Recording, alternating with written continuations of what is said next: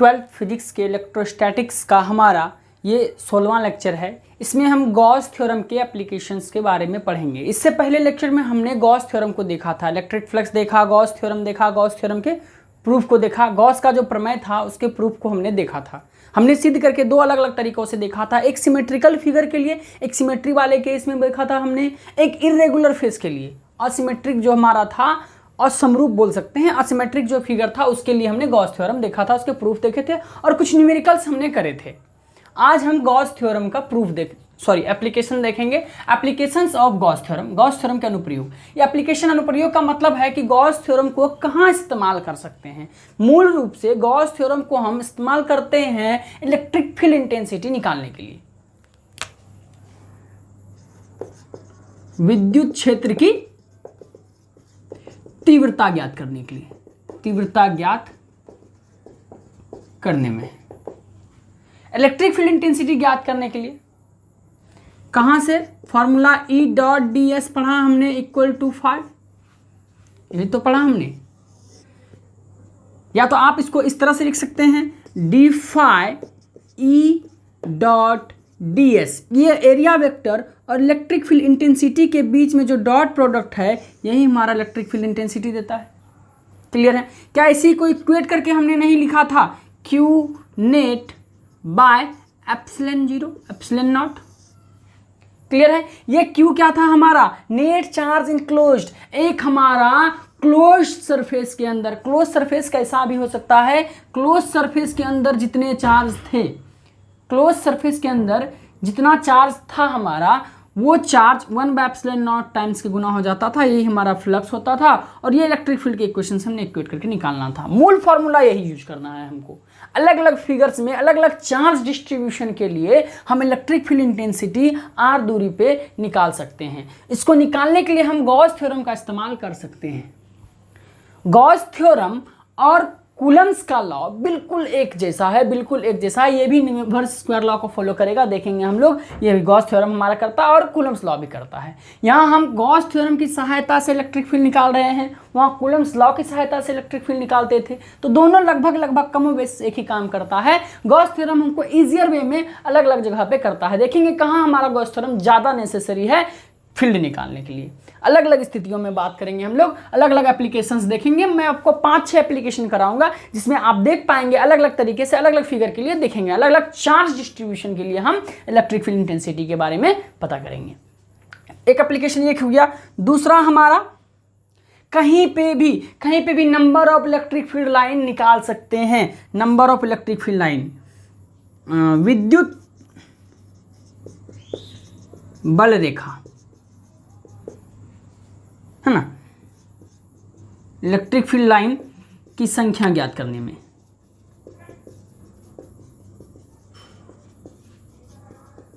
Electric field line की संख्या ज्ञात करने के लिए हम जानते हैं electric field line, number of electric field line equal to 5 होता है। इलेक्ट्रिक फ्लक्स, उस एरिया से गुजरने वाला net flux electric field line की संख्या के बराबर होता है, जो हमने क्या पढ़ा है, Q/ε0 E डॉट ds।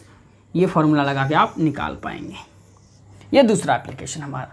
यहाँ पर इलेक्ट्रिक फील्ड अलग अलग फिगर के लिए देखना पड़ेगा हमको, अलग अलग चार्ज डिस्ट्रीब्यूशन के लिए, जो हमारे सिलेबस में दिया गया है, हमारा एनसीईआरटी जिसके बारे में लिखता है, उन पर एक एक करके हम लोग चर्चा कर लेंगे। जो हमारा मेन एप्लीकेशन आएगा इस पर वो देखते जाएंगे। तीसरा एप्लीकेशन हमारा क्या है, चलिए मैं आपको तीसरे एप्लीकेशन पे ले चलूँ। क्या है हमारा, देखते हैं।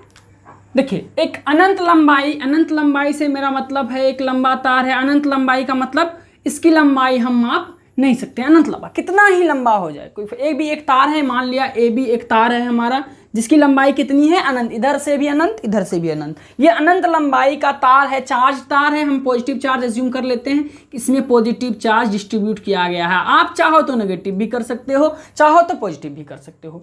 इस पॉजिटिवली चार्ज कंडक्टर के कारण इस साइड भी इलेक्ट्रिक फील्ड होगा, इस साइड भी होगा, यहाँ भी होगा और यहाँ भी होगा। चारों तरफ इलेक्ट्रिक फील्ड होगा, चारों तरफ इलेक्ट्रिक फील्ड होगा। कहीं पे r दूरी पे, यहाँ से r दूरी पे हमको, इस P पॉइंट पे हमको इलेक्ट्रिक फील्ड इंटेंसिटी चाहिए।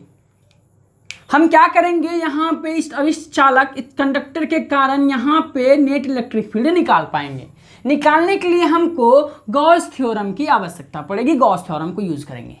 मेन बात हमारे पास आता है जब भी गॉस थ्योरम को यूज करेंगे, जब भी गॉस थ्योरम यूज करेंगे सबसे पहला काम हमारा होगा कि सरफेस को हम क्लोज करेंगे, चार्ज को क्लोज करने का काम करेंगे। जैसे भी क्लोज कर सके हो, स्फेरिकली कर लो, सिलेंड्रिकली कर लो, एक सिमेट्रिक फिगर बनाने का प्रयास करेंगे। सिमेट्रिक फिगर हमारा बनेगा। सिमेट्री हमारा दो तरह का होता है, एक्चुअली तीन तरह की सिमेट्री होती है।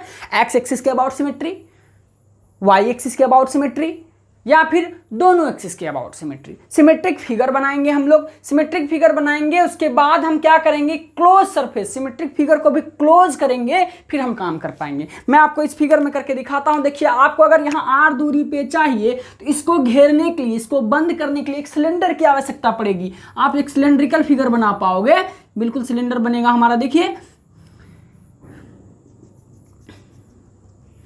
इस चालक को घेरने के लिए एक सिलेंड्रिकल फिगर बनेगा हमारा। क्लियर है? अभी हमारे पास ये अब क्लोज सरफेस हो गया, हमने क्लोज कर लिया है, क्लोज कर लिया है। ये हमारा आर क्या है, इसका रेडियस है, और ये इसकी लंबाई है। मान लो हमने एल लंबाई माना, एल लंबाई तक काम किया है। क्लियर? अभी हमको, ये हमारा आर है, इधर भी हमारा होगा। आप जिस साइड चाहो उस साइड फील्ड निकाल सकते हो। अभी हमको यहाँ पी पे फील्ड चाहिए। हमको बताइए आपकी पॉजिटिव चार्ज के कारण फील्ड का डायरेक्शन किधर होगा, इस पॉइंट पे इधर होगा। और एरिया वेक्टर का डायरेक्शन किधर होगा, परपेंडिकुलर टू द सरफेस। ये हमारा सिलेंडर है, ये हमारा सिलेंडर है। सिलेंडर से outward normal, outward normal, outward normal कैसा होगा, ये सिलेंडर है, सिलेंडर से आउटवर्ड नॉर्मल बिल्कुल इसी तरह से होगा। ये इस फेस के लिए, इस सरफेस पर एरिया वेक्टर आउटवर्ड नॉर्मल, बिल्कुल इस पॉइंट पे एरिया वेक्टर का भी डायरेक्शन इधर ही होगा। थीटा कितना हो जाएगा, 0 डिग्री हो जाएगा।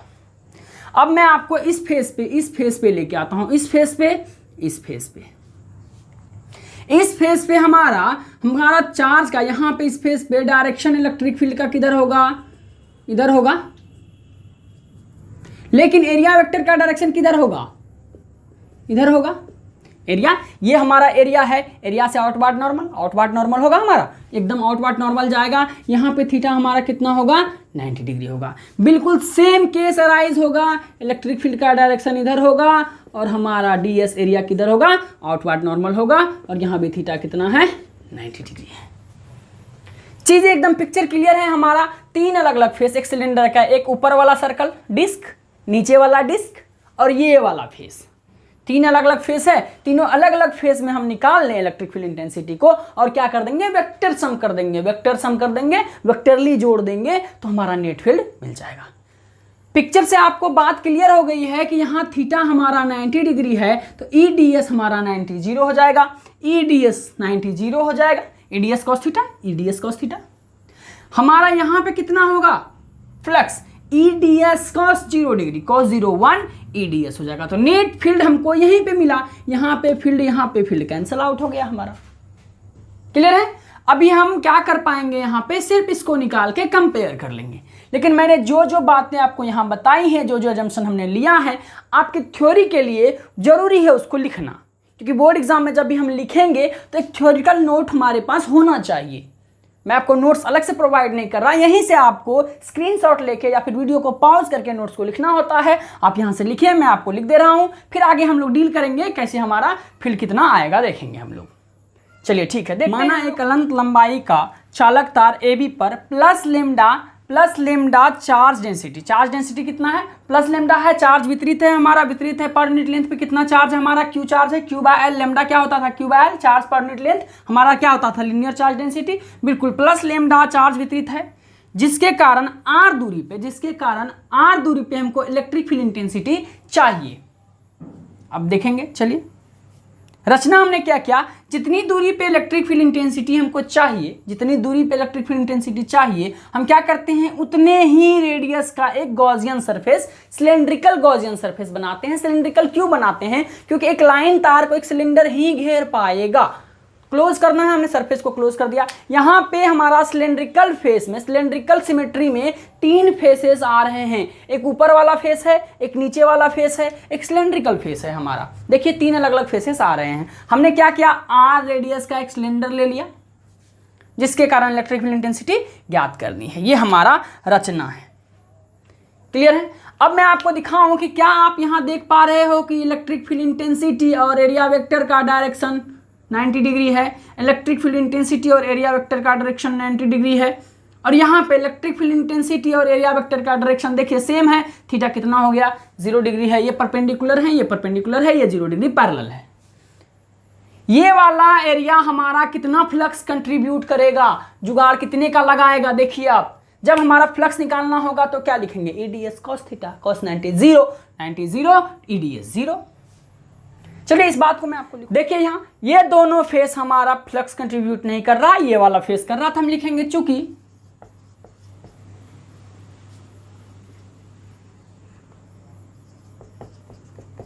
दोनों सर्कुलर फेस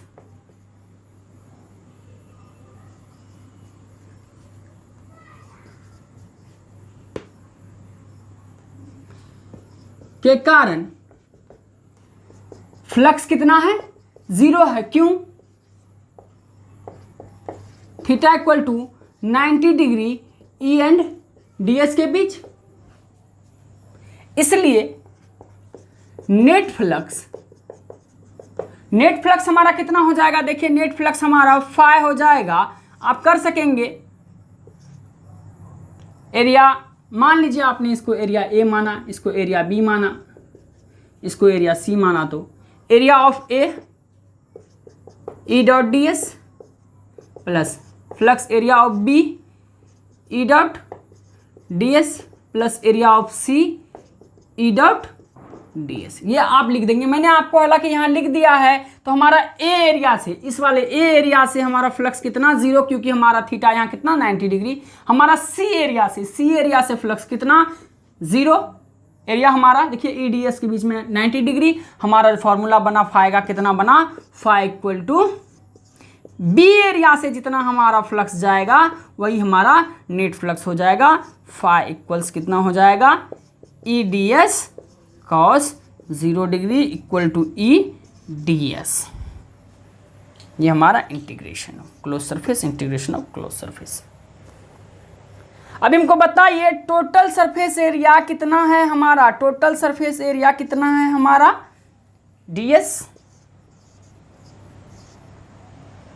ये टोटल सरफेस एरिया हमारा, क्योंकि इस वाले एरिया से तो हमारा कोई फ्लक्स है ही नहीं, इस एरिया से तो फ्लक्स है ही नहीं। ये वाला एरिया कितना होता है हमारा बताइए आप। अब बता पाएंगे सिलेंड्रिकल का पृष्ठ क्षेत्रफल कितना होता है 2 pi R L. 2 pi R L, L लंबाई का सिलेंडर लिया है, आर रेडियस है, एल लंबाई है, आर रेडियस है, तो हमारा टोटल एरिया कितना हो जाएगा E into 2 pi R into L. ये हमारा फ्लक्स का एक इक्वेशन आ गया।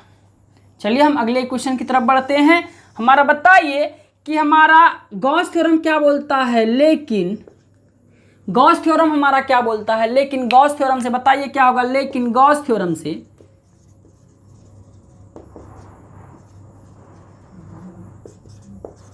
गॉस थ्योरम बोलता है हमारा नेट फ्लक्स होता है net charge enclosed bye epsilon not. Equation 2, equation 1 और 2 को हम इक्वेट करेंगे तो हमारे पास फाइनल वैल्यू कितना आएगा देखेंगे हम। पहले आप इसको स्क्रीन को पॉज करके स्क्रीनशॉट ले लें या फिर लिख लें, फिर मैं आपको बताता हूं कि हमको दोनों इक्वेशन को कंपेयर करने के बाद इलेक्ट्रिक फील्ड इंटेंसिटी कितना आएगा। देखिए हम कर पाएंगे। ये हमारा इक्वेशन 1 है, ये इक्वेशन 2 है, दोनों को इक्वेट कर देंगे समीकरण 1 और 2 से।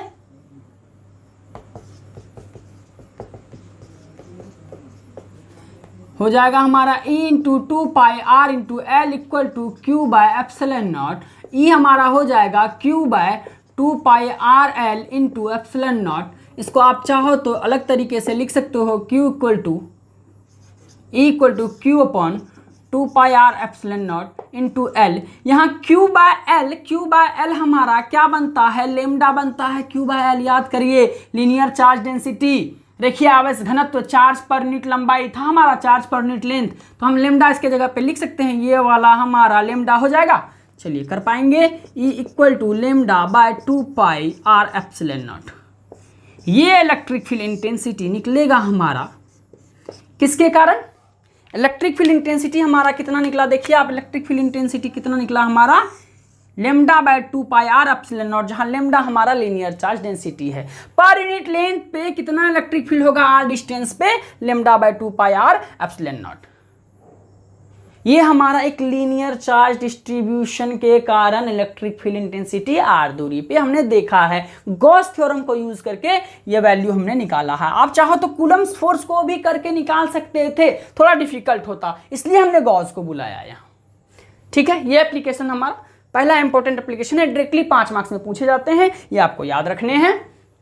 चलिए मैं इस पर कुछ बातें कर लूँ, कुछ फैक्ट्स कर लूँ, देखूँ इस पर क्या क्या बातें सामने आती हैं हमारे पास। ठीक है, आप यहाँ तक लिख लें, आगे हम लोग देखेंगे फैक्ट्स करें। चलिए हम लोग देखते हैं फैक्ट्स, इस पर क्या क्या बातें सामने आई। हमारे पास फील्ड कितना आया, इलेक्ट्रिक फील्ड इंटेंसिटी एक वायर के लिए कितना आया, देखिए lambda upon 2 pi epsilon not into r, यही तो आया हमारा फील्ड। क्या आप इसको लिख सकते हैं equal to lambda upon 2 lambda upon 4 pi epsilon not into are?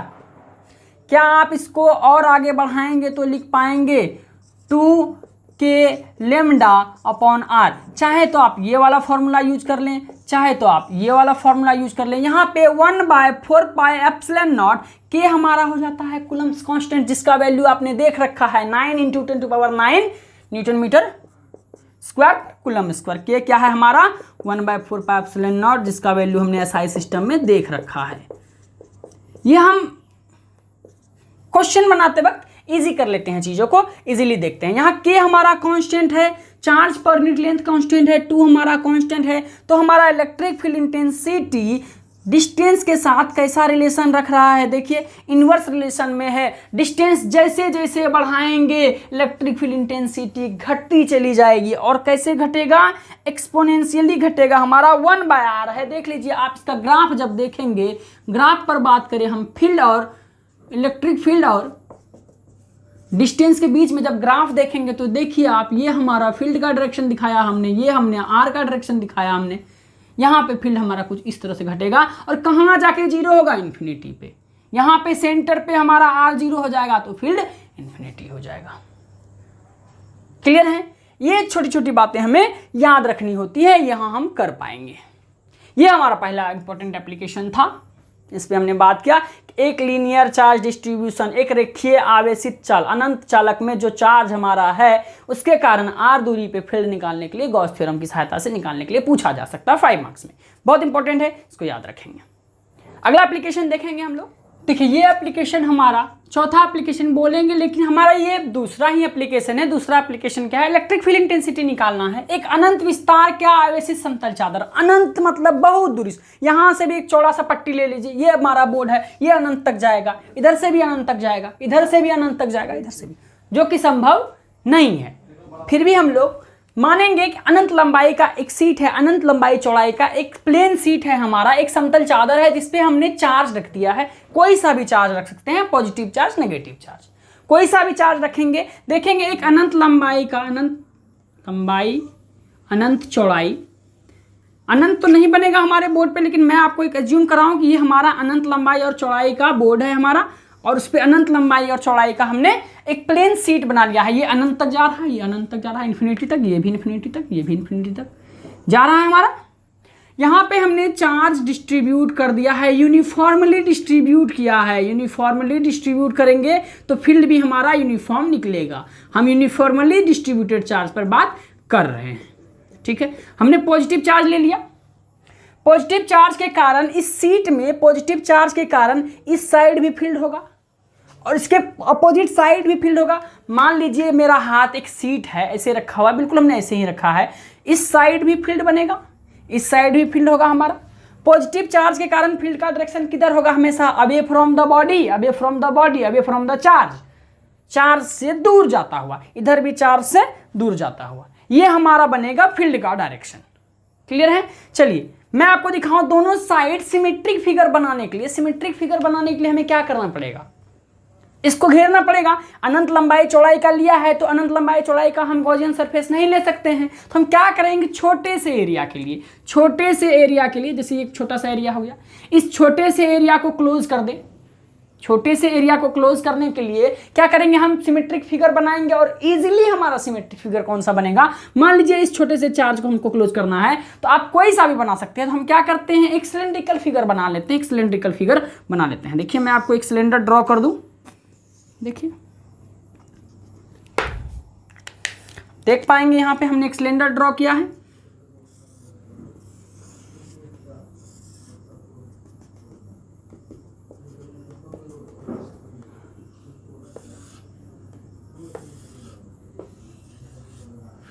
ये हमने सिलेंडर ड्रॉ किया है। सिलेंडर बिल्कुल इसके बीचों बीच से पास हुआ, जैसे ये हमारी हथेली अगर सीट है तो ठीक इसके बीचों बीच से ऐसे पास किया है, देखिए ऐसे पास किया है। ये आधा इस साइड आधा इस साइड। हम अगर डिस्टेंस मेजर करेंगे तो मानो कि आपने डी डिस्टेंस इधर से ले लिया और डी डिस्टेंस इधर से ले लिया, ये हमने लिया। हालांकि हमने सिलेंड्रिकल सरफेस माना है तो एक फेस इसका ये वाला है, एक फेस ये वाला है कंफर्म है, और एक फेस ये वाला भी तो है। हम क्या करेंगे, एक छोटे से एरिया के लिए फ्लक्स निकाल लेंगे और इंटीग्रेट कर देंगे, यही तो हमारा काम है। लेकिन अब आप देख पाएंगे यहाँ पे हम 3 अलग अलग फेस पे फ्लक्स कंट्रीब्यूट करा सकते हैं। एक ये वाला फेस, यहाँ इस फेस पे मान लो, इस फेस का नाम आप बी मान लो, इस फेस का नाम ए मान लो, और इस फेस का मान लो नाम सी है हमारा। अभी देखिए इस फेस पे electric field intensity positive charge के कारण इधर होगा, अवे फ्रॉम द बॉडी। अगर हम नेगेटिव मानते तब इनवर्ड होता, पॉजिटिव माना है तो आउटवर्ड होगा। और इस सरफेस का एरिया वेक्टर भी तो इधर ही होगा। थीटा कितना, 0 डिग्री। बिल्कुल यही बात यहाँ पे लागू होगा, इलेक्ट्रिक फील्ड का direction away from the body. और हमारा डीएस एरिया ये भी इधर, थीटा कितना, 0 डिग्री। और ये वाला फेस इसमें देखिए हमारा फील्ड का डायरेक्शन तो इधर है, लेकिन एरिया वेक्टर किधर, एरिया वेक्टर तो 90 degree, theta equal to 90 degree. अब आपके दिमाग में पिक्चर क्लियर हो गया होगा कि सर क्या करना है। इस फेस ने जितना फ्लक्स कंट्रीब्यूट किया प्लस इस फेस ने जितना फ्लक्स कंट्रीब्यूट किया प्लस इस फेस ने जितना फ्लक्स कंट्रीब्यूट किया, हम निकाल लेंगे, कर लेंगे, ये हमारा काम होगा। अभी क्या है ना, जितनी चीजें हमने फिगर में की हैं इनको एज्यूम तो करना पड़ेगा, हमको बोर्ड में लिखना है तो एज्यूम करना पड़ेगा। मैं जंक्शन बोर्ड में लिख रहा हूं, आप लिख लेंगे देख के, फिर हम आगे कैलकुलेशन करेंगे कि नेट फील्ड हमारा कितना आता है इस सीट के लिए, plane sheet, infinite long plane sheet के लिए नेट इलेक्ट्रिक फील्ड कितना आता है। चलिए हम लिखते हैं, कुछ हमारा बात है जो हम लिखेंगे, लैंग्वेज में लिखेंगे यहाँ पे। चलिए देखते हैं हमने क्या किया। माना एक अनंत विस्तार का प्लेन सीट, अनंत विस्तार का एक प्लेन सीट जिस पर plus sigma plus charge distribution है। याद करिए समतल सीट पर जो समतल पे एरिया पे वितरित है चार्ज, हमारा चार्ज डेंसिटी कौन सा होगा, सरफेस चार्ज डेंसिटी होगा, एरियल चार्ज डेंसिटी होगा। सिग्मा क्या होता है, चार्ज पर यूनिट एरिया होता है हमारा, क्लियर है। वितरित है जिसके कारण इलेक्ट्रिक फील्ड ज्ञात करना है, दोनों ओर ज्ञात करेंगे हम लोग। मान लिया एक रचना हमने क्या किया, देखिए एक 2D डी प्लेन सीट के इधर, डी प्लेन सीट के इधर, क्योंकि सिमेट्रिक बन रहा है, इस साइड भी फील्ड है, इस साइड भी फील्ड है, इसलिए हम लोग क्लोज करेंगे एक सरफेस से।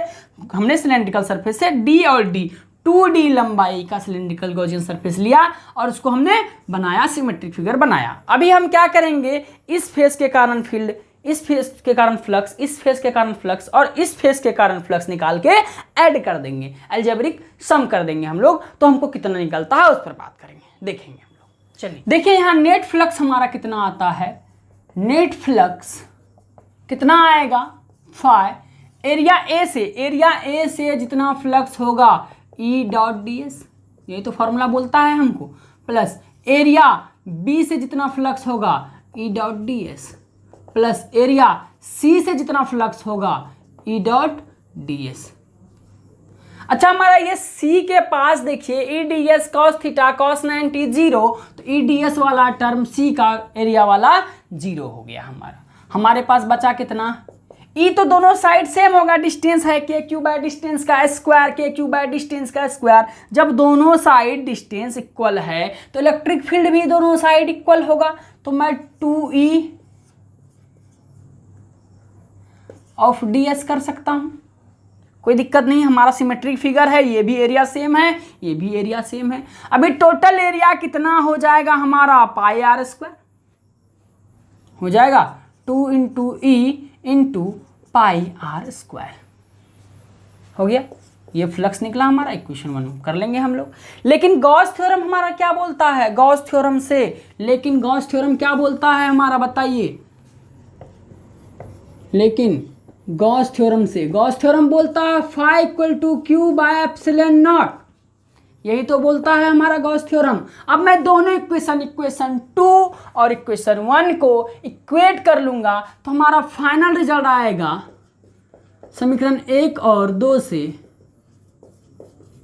कितना आएगा हमारा, E into pi r square equal to Q by epsilon not. जब इसको आप हल करेंगे, इसको जब आप हल करेंगे तो क्या पाएंगे, देखिए इसको हल करने के बाद हमें मिलता है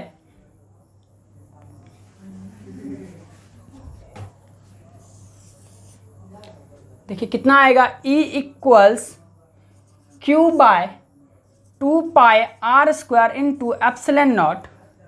यहाँ पे इसको लिख पाएंगे E equals Q by epsilon not 2 epsilon not into area. Pi r square क्या है, एरिया है हमारा, क्यू बाय ए हमारा क्या हो जाएगा, यहाँ पे देखिए आप क्यू बाय ए हो जाएगा हमारा sigma, sigma by 2 epsilon not. ये हमारा इलेक्ट्रिक फील्ड इंटेंसिटी आया है।